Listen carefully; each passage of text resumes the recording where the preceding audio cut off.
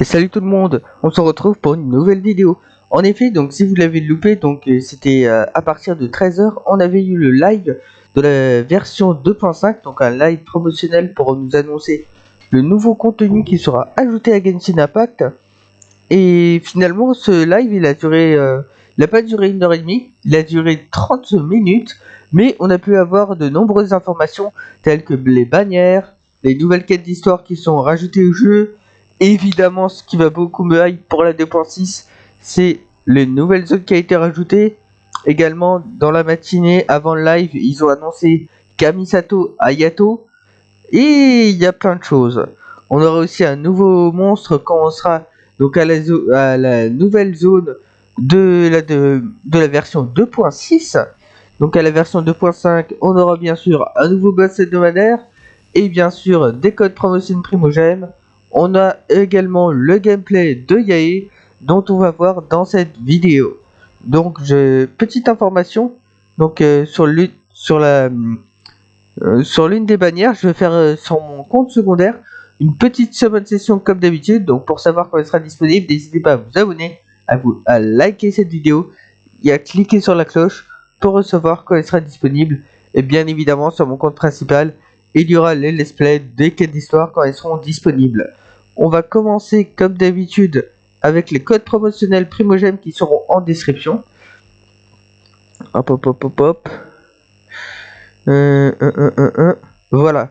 Donc ces codes-ci seront disponibles jusqu'au 5 février à 4 h, qui seront bien entendu en description. Et cette vidéo, je la sortirai le plus tôt possible. Donc n'hésitez pas à la regarder. Et sinon, on va commencer par le trailer de Genshin Impact. Donc voilà, de la version 2.5. Attendez, on va mettre les sous-titres en français pour que ce soit compréhensible. Et on peut y aller. Et bien sûr en commentaire, dites-moi, donc vous avez vu Yae et également Mal, mais dites-moi si Yae en commentaire vous hype ou pas. Et après cette vidéo, si vous êtes hype pour cette, si ça vous redonne envie de jouer à Genshin Impact cette version. Et donc c'est parti.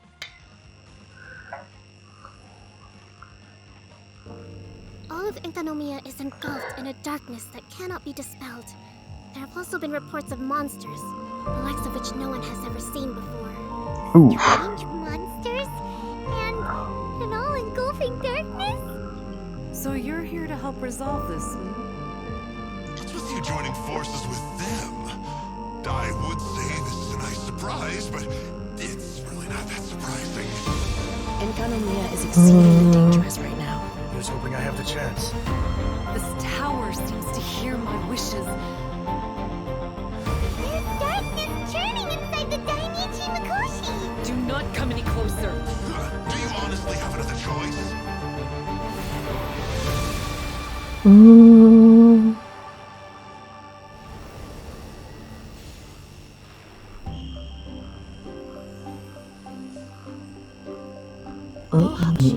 Cause this enchantment.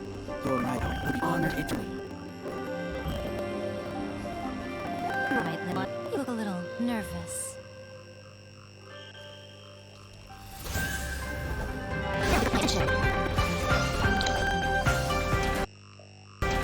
Oh non. Ah si, c'est bon. Bon, excusez-moi. Is that all? I'm always watching. Good! With this power, no one shall be able to stand in my way! Looks like she no longer allow me to do with this body as I please. Something seems wrong with A. During my absence, I place everything in Miko's hand. But this means that... I'm placing my god in your capable hands. Please, bring her back. You wish to make my enemy? How the heck?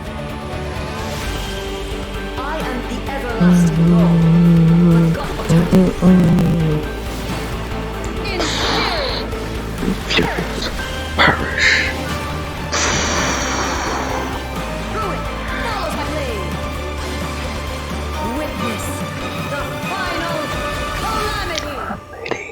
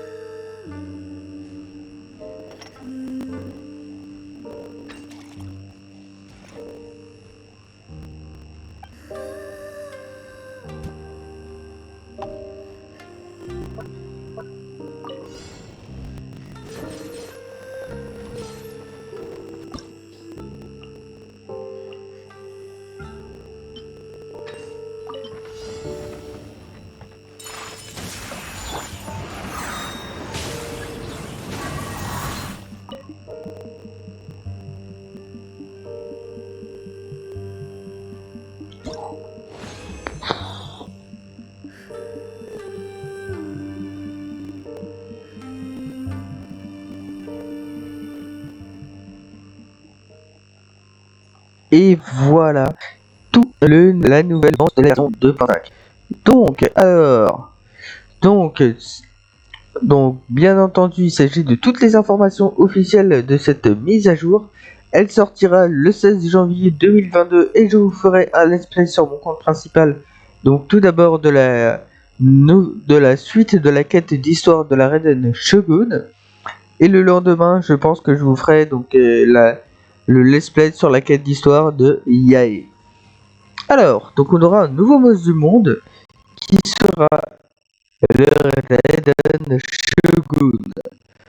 Entrée dans l'arène, un combat où on pourra affronter l'imposante Raiden Shogun qui est assez stylé. Donc elle se joindra à Signora ou encore Storm Terror en tant que boss hebdomadaire. Donc on aura des ressources,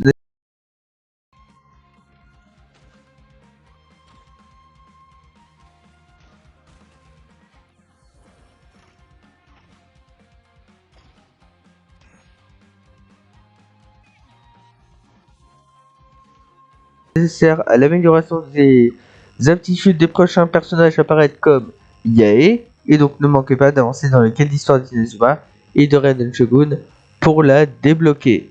On aura également de nouveaux monstres à travers Economia, on aura de nouveaux ennemis qui ressembleront à des soldats, garberont les différents niveaux Pyro, Hydro, Cryo. Ils apparaissent comme des ennemis lents, mais qui pourront nous infliger de beaucoup de dégâts. De plus, si ils nous touchent et qu'on est au bouclier, en bouclier à tous les ennemis de proximité. Donc, il faut faire attention. Ensuite, nous avons un nouveau personnage jouable, ça on le savait depuis le début. C'est le personnage 5 étoiles électro-catalyseur Yae Miko. Donc elle va nous permettre d'infliger des dégâts de zone électro avec son déchaînement élémentaire. Donc son design nous rappelle l'origine de la Kitsune. Et elle pourra infliger et elle pourra invoquer jusqu'à 3 totems électro dans une zone restreinte avec sa compétence élémentaire. Donc il y aura beaucoup plus d'informations quand les données de son gameplay seront disponibles plus tard. Comme je vous l'ai dit précédemment, on aura une nouvelle quête d'histoire de la Raiden Shogun et de Yae Miko. Donc pour avoir l'acte 2 d'impératrice Umbrosa de la Raiden Shogun, donc il faut terminer la première l'acte 1 de la Raiden Shogun pour accéder à l'acte 2, et après pour Yae Miko il faut avoir fini l'acte 2 de Raiden Shogun pour débloquer ces quêtes. Nous aurons également une nouvelle arme qui va permettre de booster les compétences élémentaires de vos personnages. Donc l'arme du catalyseur 5 étoiles, donc la férité du Kagura. Donc qui sera pour Yae Miko bien évidemment. En bannière, c'était bien sûr toutes ces informations là, si vous avez suivi les suites de Genshin Impact, vous les connaissez. Ça n'a pas changé. On aura 3 bannières de personnages. En première, dès la mise à jour, nous aurons la bannière de personnages de Yae Miko avec les personnages 4 étoiles, donc qui seront potentiellement Fischl, Jonah ainsi que Thomas. Et après, on ne connaît pas encore les personnages 4 étoiles des 2 autres bannières. Mais peut-être que, comme d'habitude, 2 jours avant, soit le 14 février, on aura la confirmation des personnages 4 étoiles des 2 autres bannières. On ne sait pas. Donc bien sûr qu'il a l'air, Yae Miko, je pense qu'il a l'air d'être un personnage qui focalise les dégâts par seconde. Raiden Shogun sera un personnage qui est sub DPS, c'est-à-dire qu'il va permettre d'améliorer vos personnages DPS, et Sangoni Miyako Komi qui est une healeuse qui va permettre de soigner vos équipes. Et bien sûr, il y aura le retour de la lumière du fauche. Donc les 2 dernières manières, ce sont des reruns. Donc c'est-à-dire que c'est des personnages 5 étoiles que vous avez potentiellement loupés qui feront leur retour. Donc n'hésitez pas à les invoquer là-dessus. Moi, sur mon compte secondaire, je ferai une petite session d'invocation sur la bannière de Kokomi. Et donc en Kokomi, nous verrons plus tard dans la vidéo qu'il y a bien sûr son arme free to play. donc qui est accessible par un événement. Sinon, donc en bannière d'armes, nous aurons la lumière du faucheur comme arme de balle. Et je me rappelle plus, c'est le catalyseur 5 étoiles, je me rappelle plus du nom de Kokomi. Donc balle, donc les artefacts qu'il faudra mettre donc sur elle, ce sera le donc les sets recharge d'énergie, donc d'Inazuma, ainsi que Kokomi, ce sera le set palourde, puisque balle elle va se focaliser sur des recharges élémentaires, et Kokomi donc ça va être pour augmenter les soins et en même temps faire des dégâts. On aura aussi comme nouvel événement majeur, donc ce qui va nous permettre de débloquer le catalyseur qui sera pour Kokomi, Alchemia sombre et corrompu.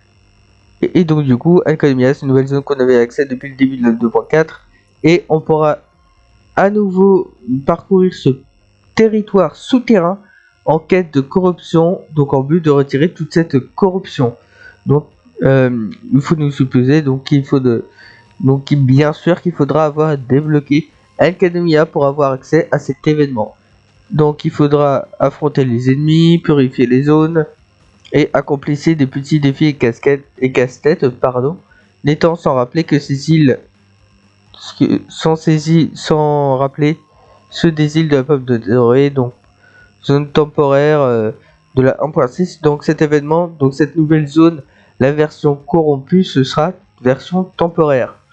Je ne l'ai pas dit, mais bien sûr pour tous ces personnages il y aura 60 primogèmes à gagner.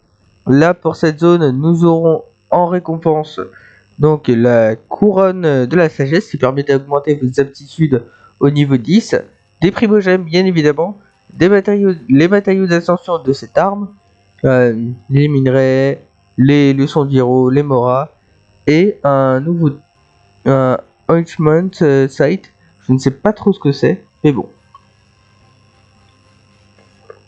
Ensuite, un nouvel événement qui est Genshin Mapper, qui vous permet de créer vos propres donjons et de laisser vos amis tenter d'en venir un bout. Donc en fait, en gros, vous créez vous-même vos propres donjons et on peut faire tout ce qu'on veut, sauter, grimper, voire attraper toutes les boras. Et on peut faire une petite course, donc en changeant au gré de son créateur. Donc ce sera un événement de parcours qui sera plutôt intéressant pour ceux du multijoueur. Je trouve que c'est bien, donc comme ça MiYoYo ils utilisent un petit peu le mode multijoueur pour que ce soit assez drôle. Et si on aime designer sur intérieur, cet event pourra nous plaire. Donc il y a les matériaux d'ascension de Xiao, donc si vous l'avez et qu'il n'est pas correctement monté, donc il y a les livres de champignons. Il y a ça, donc ça c'est ce qui va permettre d'augmenter vos artefacts, peut-être les minerais, morale, leçon de zéro et bien sûr les primogèmes. Ensuite, un nouvel événement, barman en herbe. Bah, en fait, donc ça en gros c'est des clients, donc on va intégrer le cadeau de l'ange où Charles nous apprendra son métier, on reçoit des commandes des différents personnages, on obtient le bon breuvage pour valider le défi et on aura de nouveaux thèmes. Donc on aura le livre pour Sucrose, Barbara, Clé et Diona. Et Diona. On aura également des minerais, des moras, des leçons du héros, des matériaux d'ascension d'armes et un nouveau thème. Voilà. Alors, le retour de l'événement Yakunin Iki. Donc c'est un événement où fallait faire 6 équipes de 2 personnages et qui avaient différents bonus et qu'on pouvait obtenir des médailles, bronze, argent, voire platine 1, 2, platine 1 étoile, 2 étoiles, 3 étoiles, si on se sent capable. Donc le but c'est de changer assez rapidement d'équipe afin de varier le gameplay et de combattre le plus grand nombre d'ennemis possible. Donc comme ça nous a montré que je vous l'ai dit, donc il y a donc il y a Ayaka que vous pouvez tester, il y a également Kazuha, il y a Arataki Ito, il y a tous ces personnages, plus également les personnages que vous possédez. Donc ça c'est assez cool.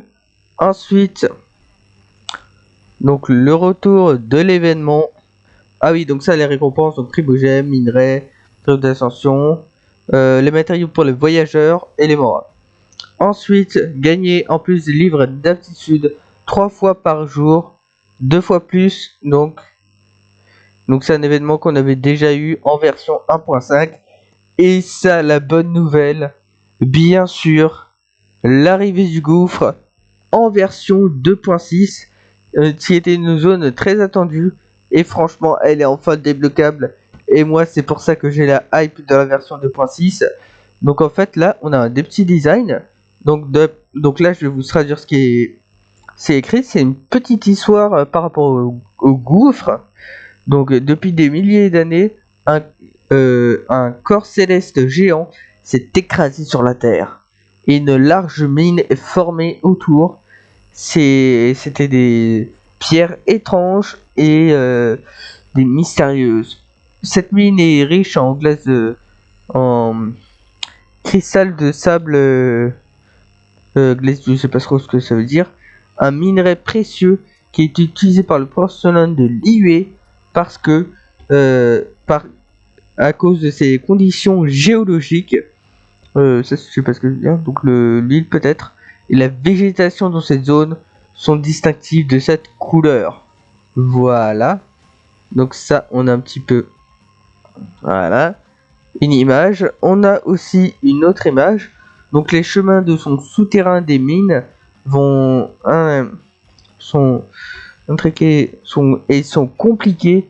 Il y a des façons de naviguer grâce au récent développement. Les mines ne sont pas riches en minerais, mais des conditions environnementales spéciales ont augmenté dans ces plantes uniques florescentes. Et donc en fait, ce qu'on peut attendre dans le gouffre, donc peut-être, donc c'est que bien sûr, on aura de nouveaux coffres qui seront disponibles. Et donc en fait, le gouffre, c'est dans une zone où on n'avait pas encore accès, qui est située à l'IUE. Bah, en fait, c'est un petit peu comme Mondo Dragon pour Mondstadt. Bah, peut-être à l'image de Mondo Dragon pour avoir des statues de set, peut-être des téléportations. Et franchement, ça va faire extrêmement bien pour vous. On va pouvoir avoir, bien sûr, avec cette nouvelle zone, des primogèmes ainsi que des moras, évidemment, et ainsi que des expériences de l'expérience de l'aventure pour bien sûr l'augmenter. Ensuite, on aura un nouveau monstre qui sera disponible, qui sera les serpents des ruines.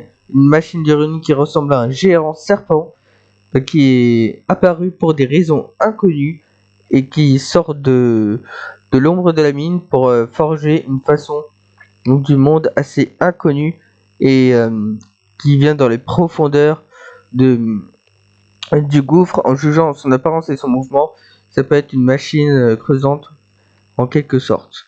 Ah oui, je vous l'ai pas dit, mais également par le gouffre, ce qu'on peut s'attendre également, c'est qu'on a des nouvelles quêtes, des quêtes du monde potentiellement liées à cette zone du gouffre.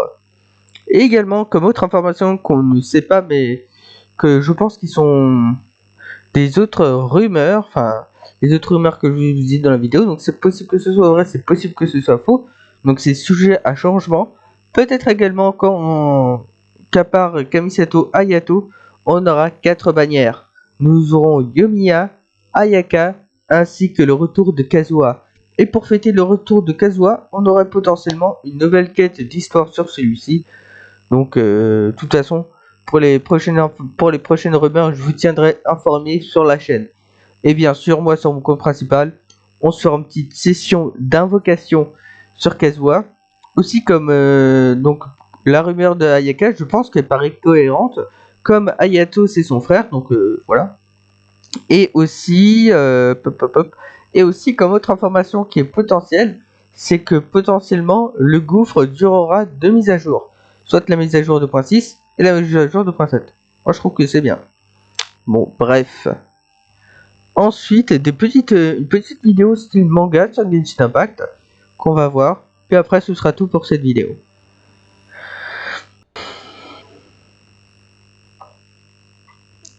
Je crois à voir, mais je crois que...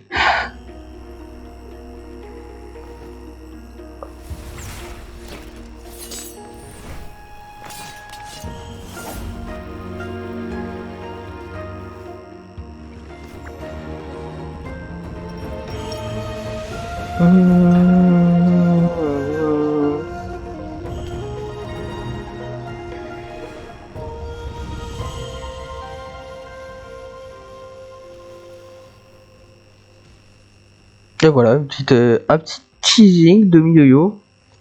Ok, why not? Why not, why not? Peut-être pour nous dire qu'en 2.6 ça aurait pu se voir. Hein. Oh merde, ça a recommencé. Non, arrête-toi. Donc du coup voilà, c'était toutes les nouvelles informations officielles que 2.5 ainsi que quelques spéculations.